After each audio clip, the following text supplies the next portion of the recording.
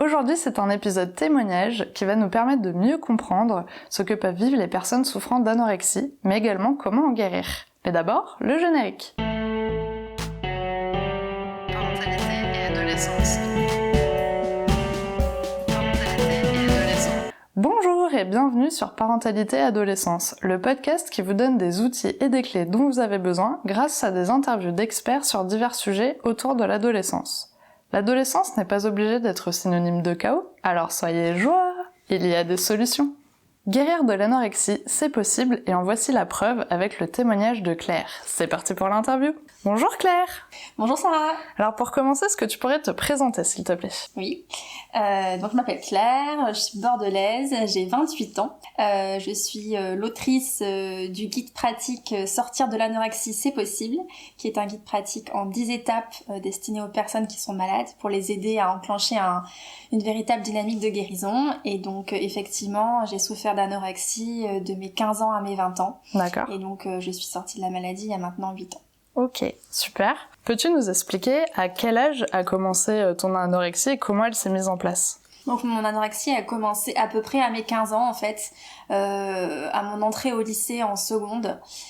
J'avais eu une année qui avait été très compliquée, mon année de troisième avait été très compliquée, j'avais une de mes meilleures amies qui avait déménagé, je m'étais retrouvée assez seule, j'avais été refusée aussi dans un lycée, dans un lycée qui me tentait vraiment beaucoup, Ouais. Et donc voilà, c'était un contexte qui était très compliqué, et j'ai fait un voyage avec ma mère et ma sœur aux États-Unis. Donc bon, bah, tu sais, aux États-Unis, tu manges gras, etc. Et j'avais pris un peu de poids et en fait, je l'ai très mal vécu et je me sentais mal dans ma peau en fait. Je me sentais vraiment pas bien. Je me sentais vraiment très mal dans mon corps et donc voilà, ça a commencé par un régime. D'accord. Un régime en fait qui a dérapé. Donc c'était vraiment un régime draconien en fait qui a dérapé et je m'en suis pas rendu compte. Pour moi, je faisais juste un régime en fait, sauf que c'était un régime qui était beaucoup trop strict où en fait j'ai enlevé une à une les catégories alimentaires et jusqu'à me retrouver en fait avec une perte de poids qui était énorme en fait et aussi un état psychologique en fait où voilà, j'ai clairement fait une dépression en fait, ouais, en même temps que ma perte de poids quoi. Voilà. D'accord. Comment a réagi du coup ton entourage au niveau de l'école et de ta famille ? En fait, je pense que les gens ont mis un peu de temps en fait à voir ce qui se passait réellement parce que voilà, moi j'étais dans un discours de bah non, je fais qu'un régime, etc. Laissez-moi tranquille, j'ai envie de perdre du poids, etc. Et donc ma famille a mis un peu de temps à réagir et puis donc quand ils ont vu qu'il y avait vraiment un problème, je pense que c'est premièrement ma mère qui a réagi. Je suis allée voir le médecin généraliste et puis après quand ça a vraiment dégénéré, vraiment je suis allée voir un centre spécialisé dans les troubles du comportement alimentaire.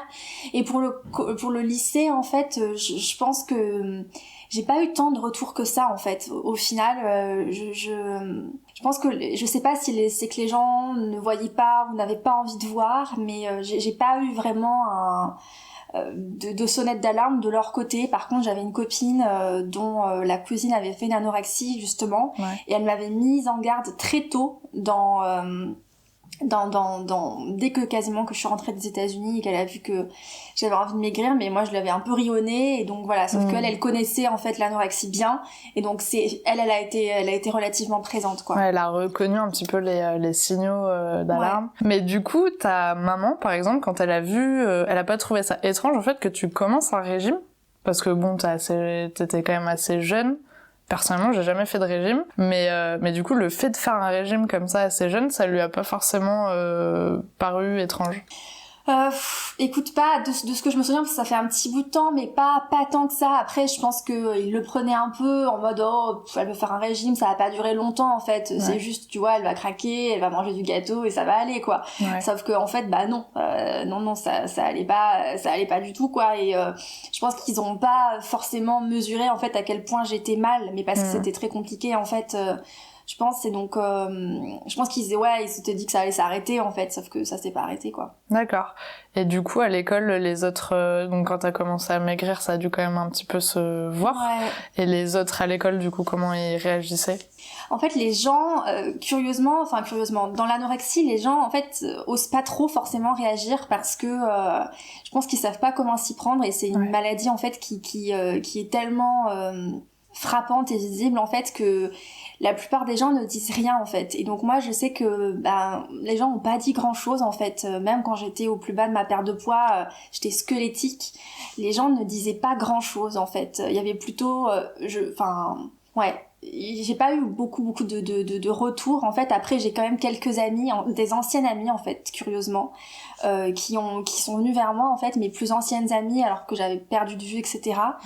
Et en fait qui sont revenues vers moi, ça m'a touchée parce que je me suis dit en fait, même si c'était pas des amis vraiment d'actualité, en fait elles sont venues vers moi en voyant, écoute, là on voit que tu traverses quelque chose de difficile, nous on est là quoi, on est là, voilà. Mais très peu de gens au final, et c'est vrai que ça a été une période très solitaire pour moi. Mais déjà parce que moi j'étais moi-même pas capable de pouvoir interagir vraiment bien avec les gens parce que j'étais trop mal en fait, et aussi parce que c'est une maladie qui quelque part intimide en fait les gens, qui les repousse quelque part, je pense qu'il leur fait peur, et que donc du coup en fait ça avait fait un vide intersidéral autour de moi quoi. Est-ce que du coup l'anorexie, je suppose que t'en parles peut-être un petit peu dans ton livre, Ouais. mais de quoi tu penses que ça vient? Enfin, parce que effectivement t'as voulu commencer par un petit régime, mais t'aurais très bien pu t'arrêter. Qu'est-ce qui a fait en fait, tu penses que ça a continué et que t'as perdu un petit peu le contrôle? Ouais, je pense que chaque anorexie est différente, donc je veux pas forcément faire de généralité. Il y a pour moi toujours un ensemble de facteurs en fait qui font que à un moment donné, il y a plein de facteurs qui favorisent ça. Ça peut être une quête de perfection, ça peut être une difficulté à accepter ses formes, ça peut être un contexte familial compliqué, ça peut être des souffrances qui ont été peut-être accumulées, vraiment une difficulté peut-être à passer le cap aussi de ce corps qui change en fait.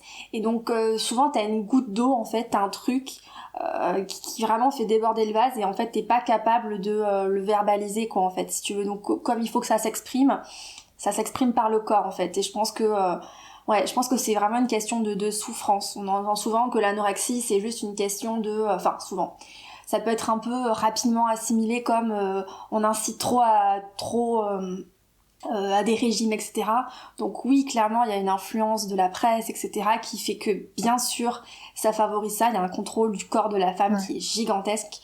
Mais il y a toujours aussi un fond de quelque part je pense, de souffrance ou de mal-être qui fait que ça dérape, quoi. Parce que t'en arrives pas là, juste parce que t'as lu un article sur faut manger des brocolis pendant 3 mois, quoi. Je caricature un peu, mais c'est un peu ça, quoi. Ouais, carrément. Ok.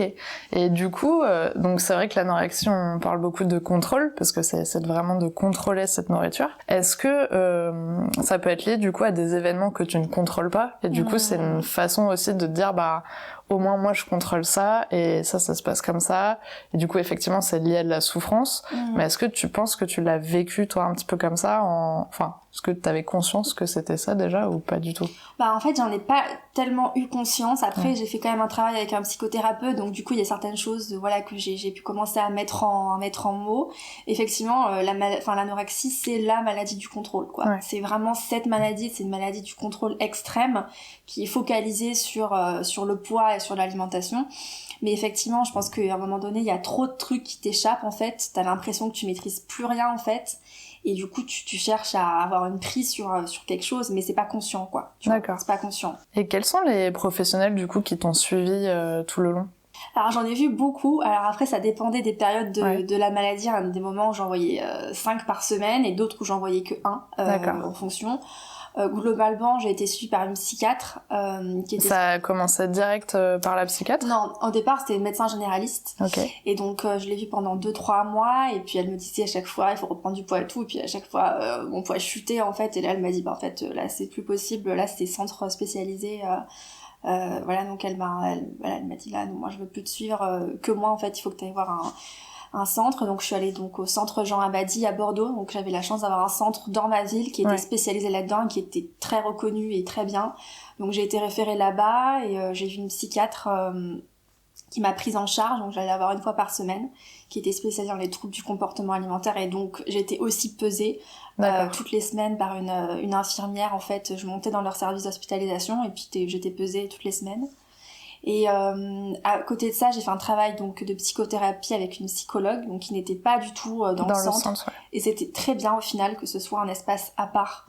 Vraiment, c'était très très bien. Donc elle, je l'ai vue 2 fois par semaine. Pour vraiment faire un travail en profondeur. Et puis aussi, j'étais dans une sorte de dépression quand même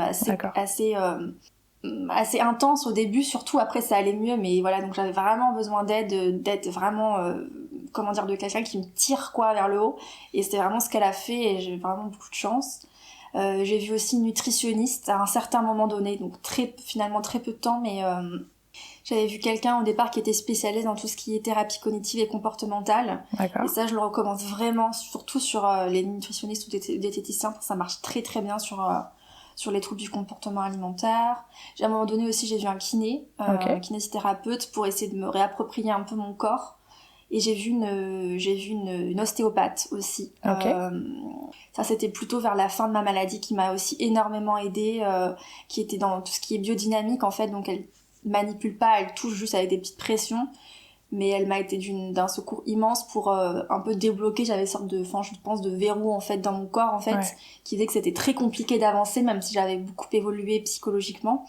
Et du coup, elle m'a énormément aidée quoi, pour faire les derniers mètres jusqu'à la guérison quoi. D'accord. Du coup, est-ce que tu peux nous parler un petit peu du déroulé d'une façon un petit peu chronologique, par quelles étapes t'es passé au fur et à mesure? Est-ce que tes parents du coup ont fait les démarches pour toi? Est-ce que c'est toi qui a fait ces démarches-là? Comment ça s'est passé un petit peu? On va dire que moi j'ai été, je peux pas dire forcée, mais on va dire que fortement incitée, on va dire, à aller déjà dans ce centre, qui était quand même un centre hospitalier, à me faire suivre, alors que du coup en fait moi j'étais tellement mal et dans une forme de déni aussi. En fait, je pense que jusqu'à ce que j'aille dans ce centre hospitalier, pour moi j'étais pas malade en fait, j'arrivais pas en fait à voir concrètement, puis je connaissais pas bien l'anorexie non plus. Donc en fait j'arrivais même pas à comprendre ce qui m'arrivait moi-même en fait. J'étais juste ultra mal en fait, mais j'avais pas compris en fait, j'avais pas pris la mesure en fait du truc moi-même quoi. Et en fait en allant dans ce centre là, du coup j'ai un peu commencé à me dire ah oui en fait oui. Et puis bon après de toute manière dans ce centre hospitalier, on m'a dit si vous reprenez pas rapidement en fait du poids, en fait là c'est hospitalisation. Donc il y a toute une sorte de de dynamique, un peu de carotte et de bâton qui se met en œuvre en fait, qui est pas top mais qui quelque part fonctionne et qui est nécessaire, où en fait il faut que tu reprennes du poids, sinon t'es hospitalisé quoi. Et donc ça a duré pas mal de temps, ça a duré pendant plus d'1 an. Même 1 an et demi quasiment. Et puis en fait j'arrivais pas à reprendre suffisamment de poids par moi-même, et donc à un moment donné j'ai compris en fait que ce serait bien que je sois hospitalisée. Je l'ai reconnu moi-même, et donc du coup ma psychiatre, ça fait plusieurs mois qu'elle me disait faudrait que vous soyez hospitalisée, et donc du coup j'ai fini par dire oui, et donc j'ai été hospitalisée à la fin de ma première pendant 4 mois, 3 mois et demi. C'est bien tombé, c'était à la fin des vacances d'été, donc du coup j'ai été hospitalisée. Et comment ça se passe du coup l'hospitalisation? T'es isolée? T'es avec d'autres personnes? Ça dépend beaucoup des centres en fait, des centres hospitaliers. Moi donc j'ai été effectivement isolée, parce que du coup ce centre-là, donc, qui est le centre Jean Abadie, pratique une période d'isolement avec un contrat de poids. Donc en gros tu ne sors de ton isolement que quand tu as atteint un certain poids. Donc ça peut paraître un peu barbare, mais ça fait quand même du bien et ça marche. Du coup, tes parents, personne pouvait venir te voir, t'étais vraiment toute seule? Non, je pouvais pas, pas de téléphone, pas d'ordinateur, pas de visite, rien quoi, en fait. Et du coup, tu voyais quand même d'autres personnes qui étaient hospitalisées avec toi? Oui, par contre, tu voyais les soignants très souvent, et t'étais avec les autres personnes hospitalisées. On avait 2 infirmières dans le service, donc 2 infirmières pour 12 hospitalisés, c'est quand même bien, qui étaient disponibles 24 heures sur 24, si on avait besoin de parler, etc. Il y avait un suivi médical qui était top, quoi. Et après, du coup, une fois que vous étiez dedans, qu'est-ce que vous aviez des activités? Qu'est-ce que vous faisiez la journée? Écoute, j'ai pas le souvenir d'être tant ennuyée que ça. On avait quand même des temps pour nous, pour se poser. C'était important, parce que dans l'anorexie, on est quand même dans une forme d'hyperactivité, en tout cas mentale, parfois physique, très important, donc c'était important aussi de pouvoir se poser. Après on avait quand même pas mal de suivi médical, donc de rendez-vous avec le diététicienne, le psychiatre, le psychologue, pas mal d'ateliers aussi, d'ateliers psychocorporels, d'activités, n'importe quoi, de la couture, du modelage, du maquillage, voilà, on était quand même assez occupés, quoi. Et c'était quoi, du coup, le but de ces activités? C'était de nous aider à aussi faire passer le temps, clairement, et puis nous ouvrir aussi un petit peu à autre chose, quoi, donc puis passer des moments aussi ensemble, clairement, quoi, parce qu'ils savent que c'est quand même pas une période super facile, donc on va pas rester dans notre chambre, voilà, isolés, c'était pas du tout ça, hein. On était quand même très très occupés, voilà, le temps de l'hospitalisation, quoi. Et est-ce que du coup certains ateliers avaient pour but justement de peut-être vous rediriger positivement vers de la nourriture, ou ils insistaient pas trop là-dessus? Quand on avait atteint un certain poids, on avait des ateliers de cuisine, mais ils étaient quand même assez, enfin on va dire que voilà, ils essayaient un peu de nous décentrer justement de tout ce qui était alimentation et poids, parce que on est déjà suffisamment centrés nous-mêmes sur ça, pour pas qu'on soit complètement focus dessus, quoi. Et du coup, est-ce que tu te souviens peut-être ta période d'isolement, combien de temps elle a duré? Est-ce que t'as été assez rapide à atteindre le poids pour sortir de l'isolement, ou... Je crois que j'ai dû mettre quasiment 8 semaines, je crois, un truc comme ça. D'accord. J'avais quand même, si j'ai entre 6 et 8 semaines, j'avais 7 kilos à reprendre, je crois, ou 6 ou 7 kilos à reprendre, donc il faut quand même les reprendre, hein. Ouais, bah oui. Je suis arrivée à 33 kilos, et je crois que je devais, mon sortie d'isolement, c'était 39 ou 40, je crois. D'accord. Donc voilà, il fallait quand même que je les reprenne. Et ça t'a manqué de pas, justement, pouvoir échanger avec les membres de ta famille, ou ça t'a fait du bien de sortir un petit peu de ce contexte familial? Les deux. Je l'ai pas vécu de façon ultra douloureuse. Clairement, les 10 premiers jours ont été compliqués. Après, il y a eu, en fait, je me suis liée d'amitié avec d'autres filles, etc.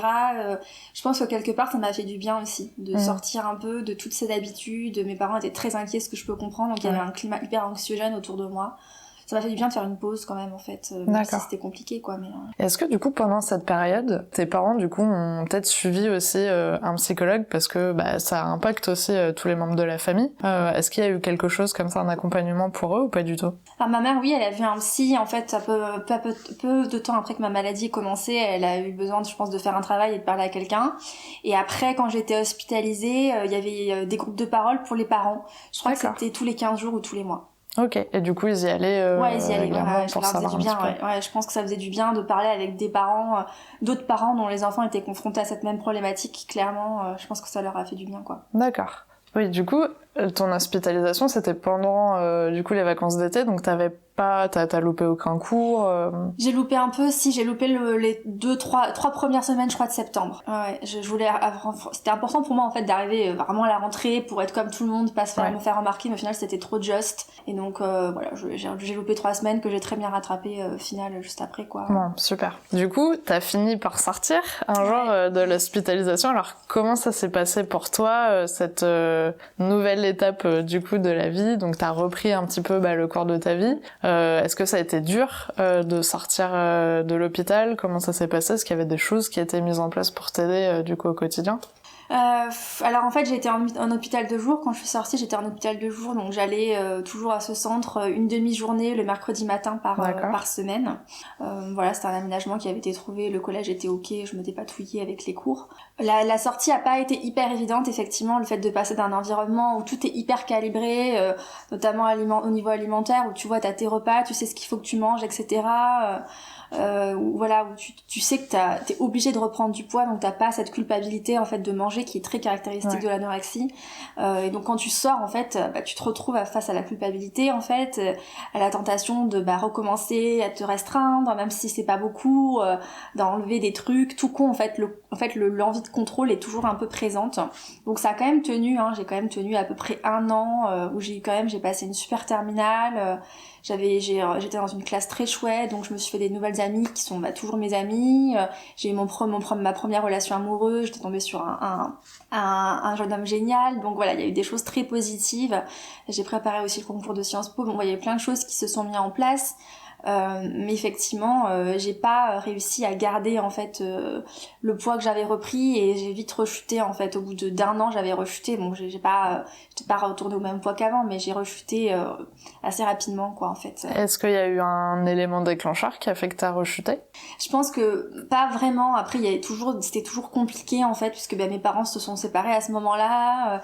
Du coup, c'était la fin du lycée, le début de l'université. Mon copain est parti à Paris. Enfin, il y avait plein de trucs qui étaient compliqués, mais au final, je pense que c'était pas les véritables raisons. Ce qui était quand même la véritable raison, je pense que c'était que j'avais pas vraiment contacté mon désir de guérison. J'étais toujours quand même un peu aux prises avec la maladie. Ouais. Et du coup, dès qu'il y a un truc un peu compliqué qui ressurgit, c'est reparti pour un tour, quoi. D'accord. Et du coup, qu'est-ce qui s'est passé pour cette fois-là? Est-ce que t'as dû retourner en hospitalisation? Est-ce que t'as réussi à t'en sortir toute seule? Comment ça s'est passé? Non, je suis pas retournée en hospitalisation. Ça a été un peu en fait, j'ai perdu du poids un peu de façon graduelle. Donc pendant la première année de Sciences Po, ça allait à peu près.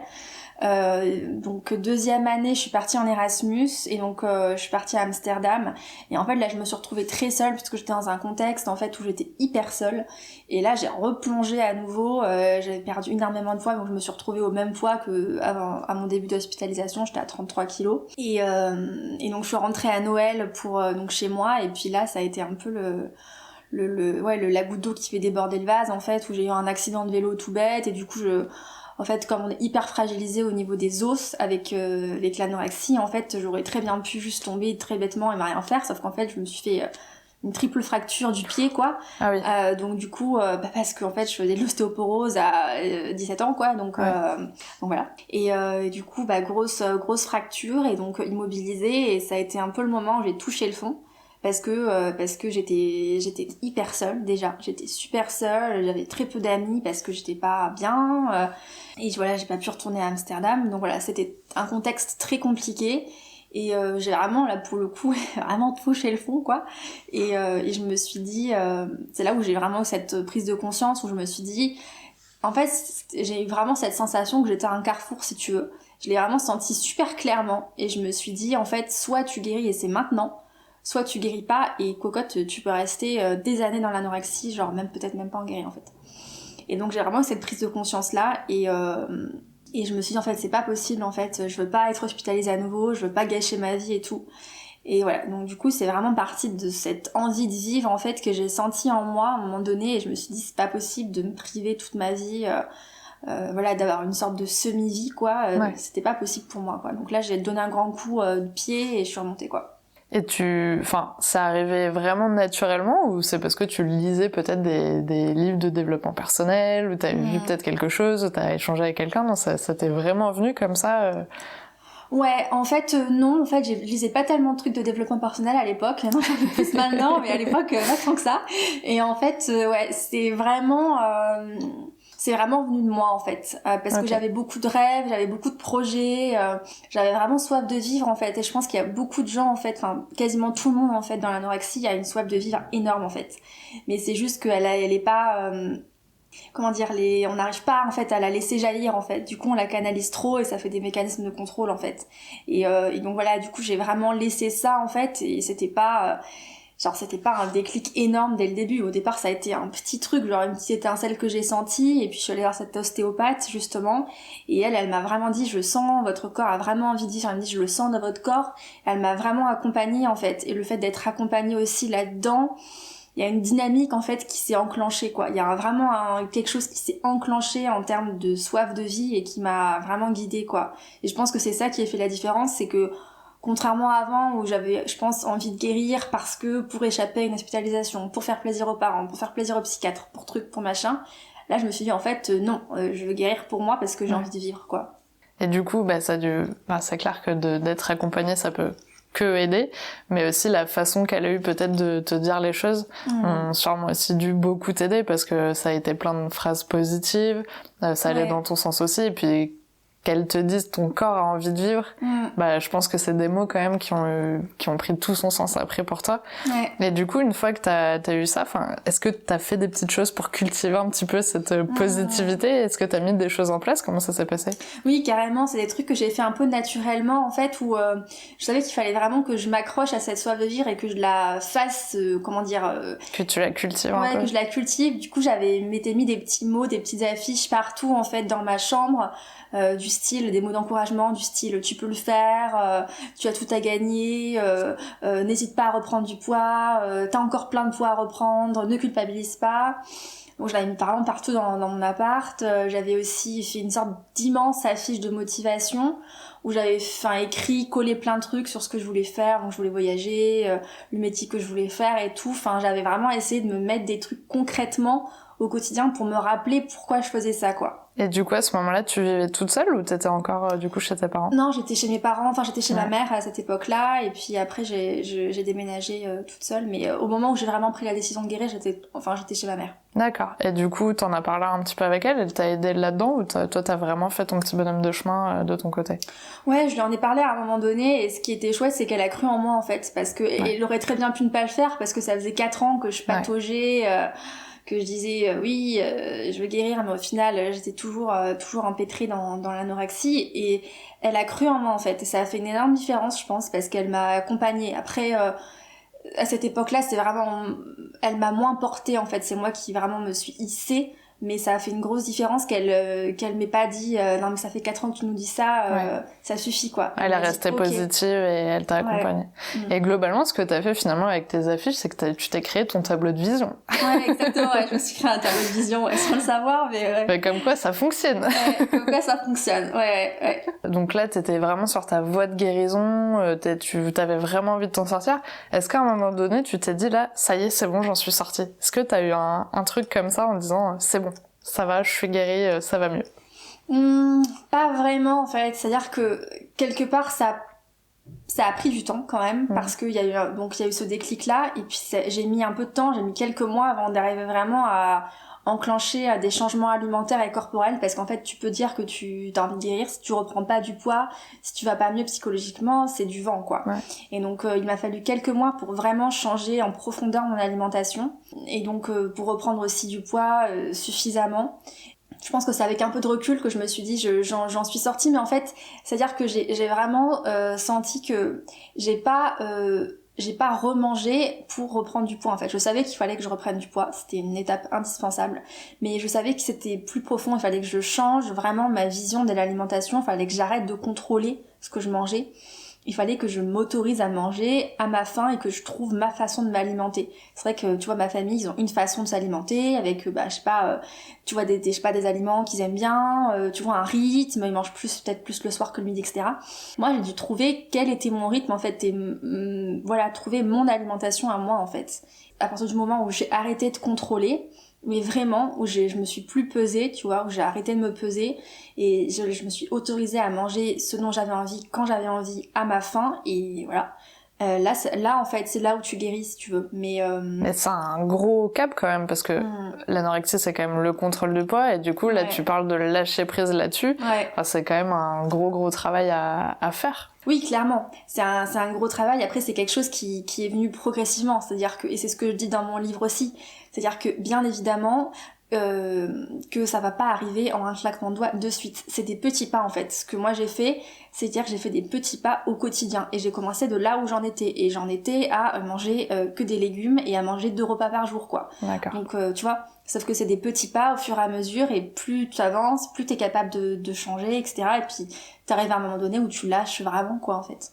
Est-ce que, par exemple, t'as fait des cours de cuisine ou t'as fait des ateliers là-dessus pour apprendre un petit peu à savoir comment t'avais envie de manger certains aliments, ou t'as fait un petit peu comme ça à l'instinct? Non, j'ai fait vraiment à l'instinct, franchement. Après, je savais bien cuisiner, etc. Le problème, c'était plus que je m'autorisais pas à manger, mais je me suis vraiment autorisée à manger ce dont j'avais envie, T'avais quand même une bonne connaissance de toi. Enfin, tu savais un petit peu ce que t'étais capable de faire, quels étaient les points aussi un petit peu à travailler. Du coup, c'est pour ça aussi que t'as pu peut-être t'en sortir un petit peu toute seule. Est-ce que pendant cette période, t'avais peut-être continué à voir un psychologue ou... Oui, carrément, ouais. J'ai continué à voir un psychologue, et j'avais aussi mon suivi là de psychiatre en fait au centre. On m'a dit que j'avais repris parce que j'étais trop bas au niveau pondéral, donc on m'avait dit mes parents m'avaient dit en fait là c'est pas négociable, tu retournes au centre. Donc lui il continue à me suivre, mais j'avais dit clairement en fait que je ne voulais pas connaître mon poids, parce que je savais que ce serait trop compliqué